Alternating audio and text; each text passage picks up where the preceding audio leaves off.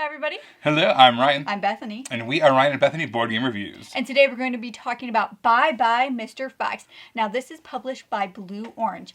Don't forget to hit that subscribe button so you can see our videos as they come out.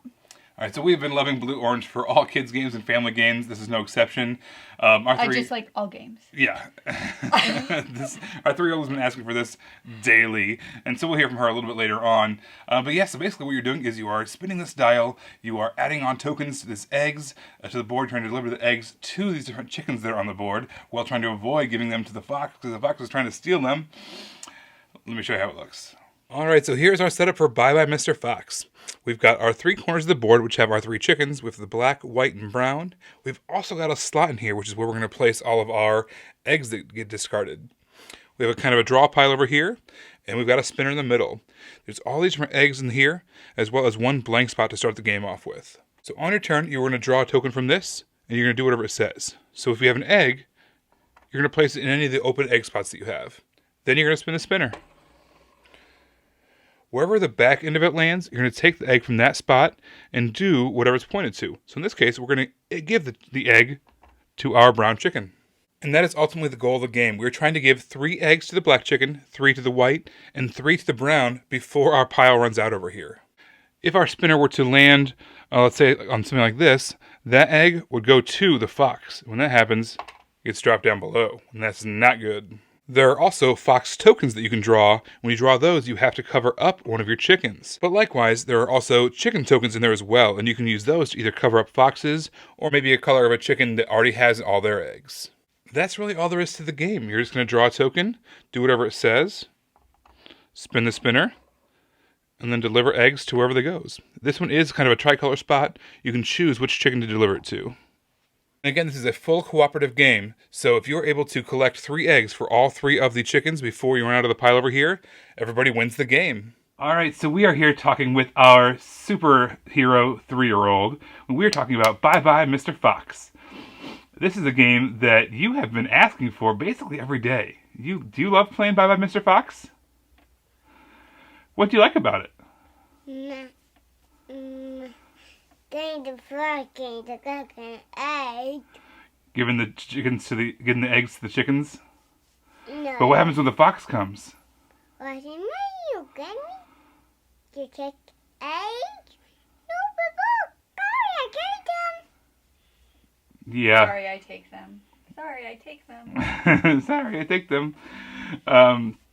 Is there anything else you want to say about Bye Bye Mr. Fox? Bye-bye. Very good. Did you like the game?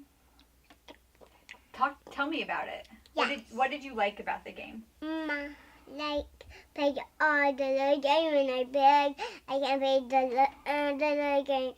And, little game. Yeah, it's true. You're able to play the kid games and when we get older, the big kid games too. But for right now, And that game. do you think you want to keep on playing Bye Bye Mr. Fox? Do you think other 3-year-olds are going to like it too? And that game. There's some other games over there they're going to like? Well, excellent. We'll talk about those in a different day. All right, can you say bye to everybody? Bye, bye, bye, bye, bye, bye. Well, thank you so much for giving us your expert opinion, being a kid of the kid games. I'm sure you guys all understood what she was saying perfectly. It's not just because we're her parents, so we understood her. She just enunciates that well, Yeah. right? Clear as crystal. Clear as the Mississippi. So, anyway, one of the things that I think is really neat about this game is that the game is all in that box. So you get the game open and it's just all there, and you put all the pieces in there. It doesn't take up any space. It just is the box, and I think that's really neat. Yeah, this game is super accessible. I mean, we play with our 3-year-old, obviously. We play with our 7-year-old as well. I mean, it's mainly luck. There are some choices when you pull a token and where to put the egg if there's multiple spots that are empty, and what to cover up with certain colors of chickens or foxes, that kind of thing. There is some choices, but it is largely luck dependent, and that's perfect for this age range. You don't want them strategizing how to take over North America or whatever. You want them spinning a dial and seeing what the results of that are as they're learning all these new gaming concepts. So the components are really sturdy. Those chickens are really nice. When Ryan was first showing me this game and he like had it set up and I was playing with the girls, I actually thought that they were magnetic because of how well they stayed there. My children did prove me wrong eventually on that point because, you know, they're kids. But the point being is it stayed in that spot so well that I thought there was a magnet underneath. All right, so this is a game that we've been playing a lot. I mean, our daughter asks for it daily. And, you know, when you play a game 10 times a week for several weeks in a row, a game can get really tired and really old. The thing is, it definitely as a parent, I've seen like, okay, we've explored this game, but at the same time, I'm not tired of it though. Yeah. I still love playing this with my daughters. There's other games in our collection, they ask for it once a month, and I'm like... That's all you need to ask for it. I thought we were done with that one.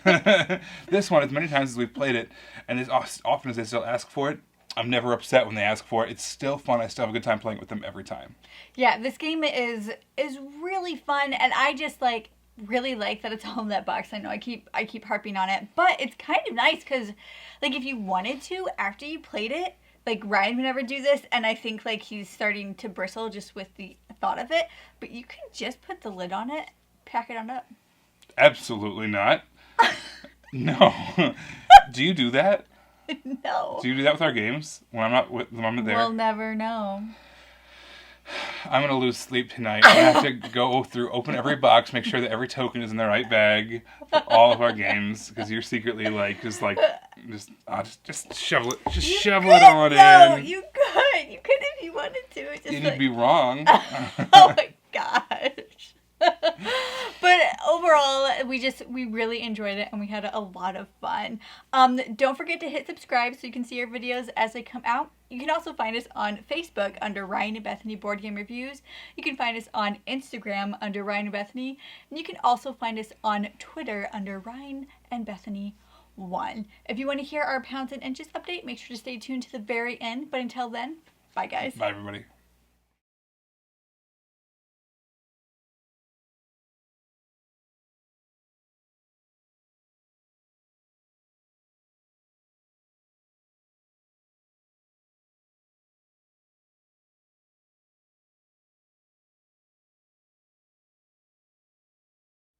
Hi everybody, thank you so much for staying tuned to the very end for our Pounds and Inches update. If you like these updates, you'll probably also like that we have a blog on Board Game Geek called Pounds and Inches. And this is where we talk more in depth, kind of behind the scenes of what we're doing to achieve better health in our lives, where we're struggling.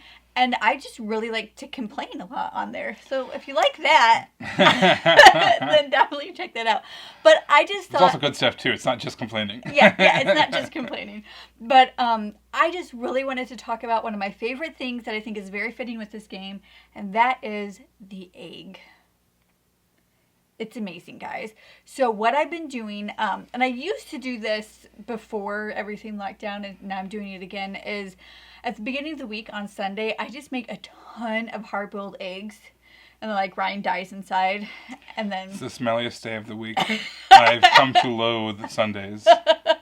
And then throughout the week, as I'm getting ready to like pack my lunch for work, I just grab a handful of those and then I'm good to go. And I just really like having something that I know is good for me, that I know is nutritious, that's just ready and I don't have to think about it. So if that's something that you can relate to, I would highly recommend just spending that hour on Sunday or whatever the beginning of the week is for you.